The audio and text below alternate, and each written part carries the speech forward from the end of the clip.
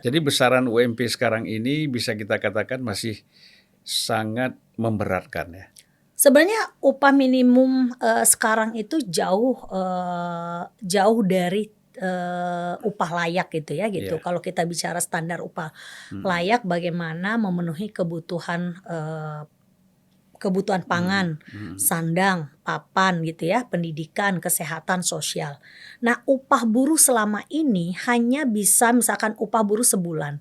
Dia kalau kemudian harus menanggung 2 anak, Mhm. satu istri gitu ya, terus kemudian harus bayar kontrak rumah, Iya. karena biaya transportasi, itu cukup mahal mau nggak mau berhutang kendaraan bermotor gitu ya, belum lagi untuk memenuhi kebutuhan keluarga. Sebenarnya gaji tanggal 1, tanggal 5, tanggal 7 itu sudah pada koma buruh. Makanya nggak Sudah habis ya? kalau kita lihat sehari-hari itu ATM itu banyak direntenir, Mhm. mereka pinjam, online yang akhirnya terjebak dalam persoalan, tekanan sosial, ada yang bunuh diri, bahkan Mhm. ada yang kemudian, rela akhirnya ter-PHK karena problem-problem sosial yang kemudian memang, semakin kompleks dihadapi oleh kaum Ya buruh. tapi kalau kita lihat dibandingkan ya dengan negara-negara ASEAN yang lain, katakanlah seperti Vietnam, seperti Malaysia, bahkan seperti Thailand, Laos, Kamboja, bahkan Filipina, katanya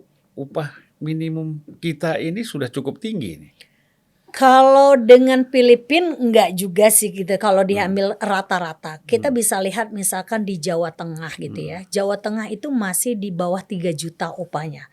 Kebutuhan hidup misalkan harga teh manis, harga makan di warteg itu Mhm. kan sama di Jakarta. Hmm. Yang berbeda yang cukup mahal itu kan misalkan kayak wilayah Sulawesi, Kalimantan, tapi upah mereka juga masih rendah kan gitu. Mhm. Nah, pemerintah kan bilang penciptaan lapangan kerja ini kan untuk bagaimana, menumbuhkan, selain untuk bagaimana pendapatan rakyat gitu ya, akan mempengaruhi daya beli dan juga akan mempengaruhi juga daya saing.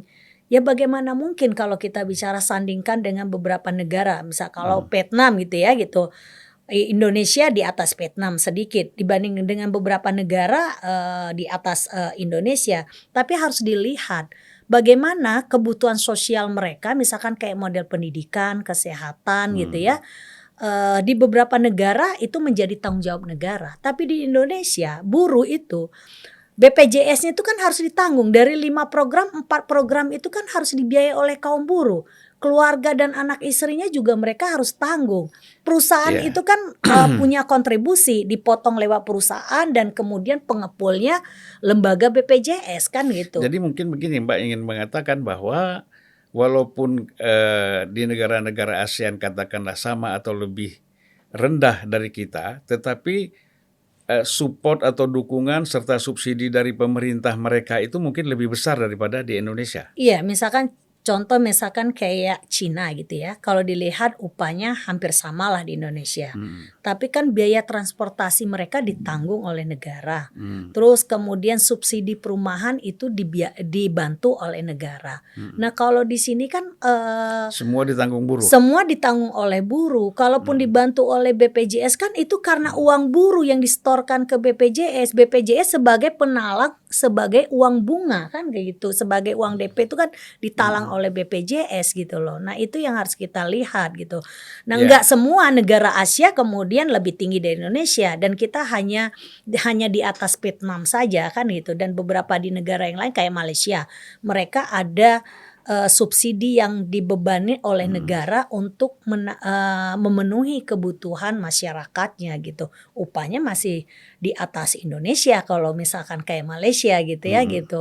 Jadi kalau kita kemudian upah itu sebagai basic dasar tapi harus menanggung semua kebutuhan hidup mulai dari biaya, pangan keluarga gitu ya, pendidikan kesehatan, ya pasti kita tidak akan pernah menumbuhkan generasi yang sehat, apalagi generasi yang untuk cemerlang gitu ya gitu. Mhm. Hanya orang-orang tertentu saja yang bisa mengenyam pendidikan gitu, hanya orang-orang tertentu saja yang bisa mengenyam untuk kebutuhan, pangan yang sehat. Coba kita lihat di wilayah daerah pelosok-pelosok daerah, kita masih sangat prihatin anak-anak buruh itu banyak yang tidak bisa mengenyam pendidikan Mhm. karena upahnya jangankan Mungkin untuk makan aja pendidikan. sulit ya? Oh iya. Heeh. perbudakan di wilayah perkebunan itu masih terjadi cukup tinggi gitu loh, apalagi akses transportasi cukup tidak mudah gitu ya. Jangkauan ke instansi pemerintah juga bisa berjam-jam Iya, gitu. iya.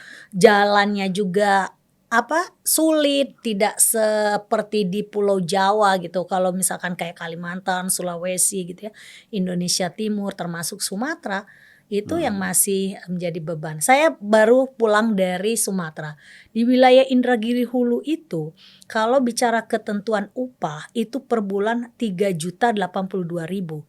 Tapi prakteknya buruh itu hanya diberikan 94.000 per HK dan dia harus mendapatkan 2 ton. 2 ton itu 2.000, misalkan kalau dia bagian pemupukan 2.000 kilogram harus diselesaikan dalam Iya. masa jam kerja. Tapi kalau nggak selesai, upahnya tidak 94.000 Bang, bisa 50, bisa 40.000. Jadi perbudakannya, yang dimaksud perbudakan itu dalam aspek itu barangkali? Oh iya, aspek dari jam kerja yang cukup panjang, beban kerja yang cukup melebihi dari target kita sebagai manusia yang harus mengerjakan, nggak mungkin gitu ya, apalagi semua manual gitu. Belum lagi fasilitas seperti air bersih nggak ada, tempat tinggal yang memang sangat kalau kita lihat, kalau maaf nih kalau saya ngomong, hewan saja mungkin lebih Iya. kita perhatikan tempat tinggalnya, apalagi manusia gitu loh.